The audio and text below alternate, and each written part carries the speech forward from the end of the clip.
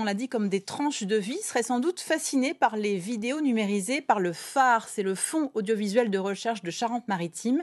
C'est une association qui compte une douzaine de bénévoles actifs. Leurs archives audiovisuelles sont notamment utilisées par des documentaristes, des étudiants et des chercheurs. Frédéric Carteau et Pascal Simon.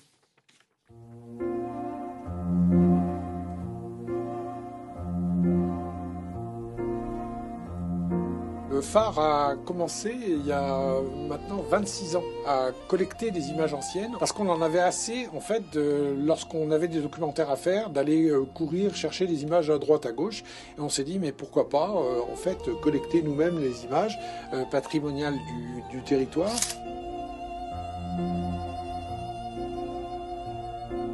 Nous numérisons dans une bonne qualité et ensuite nous stockons ces images sur un certain nombre de disques durs avec de multiples copies et l'ensemble de nos travaux est confié ensuite aux archives départementales. On est un peu une cinémathèque, mais sans être une vraie cinémathèque puisque nous ne conservons pas les originaux. La plupart du temps, les films viennent de particuliers ou de sociétés ou de structures qui ont eu des films. Ma mère et moi étions partis ce matin-là à la recherche d'une place d'apprenti menuisier, le métier qui m'attirait. J'étais alors un gosse de 14 ans et mon certificat d'études en poche depuis un mois. Je savais qu'il me fallait gagner un peu d'argent pour aider ma mère, veuve depuis plusieurs années déjà. L'ayant droit signe un contrat avec le phare. Et il permet donc au phare de se servir de ces images.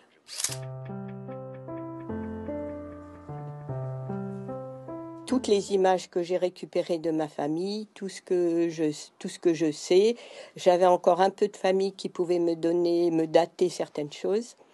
Donc voilà, je me suis lancée. Elles ont été traitées, on m'a redonné une copie, bien évidemment.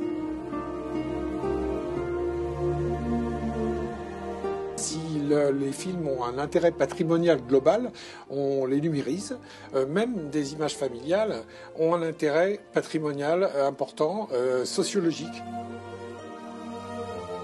Ça peut s'ouvrir à des documentaristes, à des étudiants, à tout un chacun qui nous propose des projets. On a des chercheurs qui ont fait déjà des films sur la façon de fêter les Noëls, par exemple.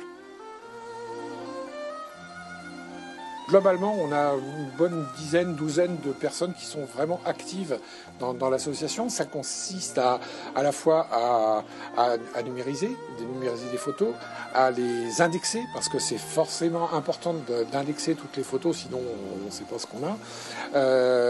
Et les profils sont des profils essentiellement de gens qui sont intéressés par l'audiovisuel, les images, mais aussi par le patrimoine local.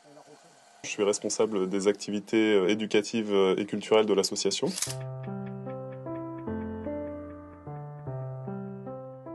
On va intervenir auprès des collèges, des lycées. Donc la scène numéro 3, l'idée c'est vraiment de les faire travailler autour de l'image, donc on est vraiment dans de l'éducation aux images. Moi je n'interviens pas pour filmer des gens, j'interviens pour qu'ils prennent une caméra, qu'ils comprennent un petit peu le sens des images et l'analyse. Si on ne veut pas mettre de dialogue, ça peut tout simplement, on voit que tu lui montres des photos, on comprend direct que tu es en train de... Voilà, on met sur ton téléphone. C'est une façon pour nous de faire vivre l'association, sachant qu'on est subventionné d'une part par la DRAC ou autre, mais si on veut pouvoir payer les deux salaires des deux salariés qui sont sur place, il nous faut du coup créer des ressources propres. Et pour cela, donc du coup, il y a à la fois les ateliers d'éducation aux images, mais également les projections en plein air qui vont nous permettre donc de créer des ressources financières pour l'association.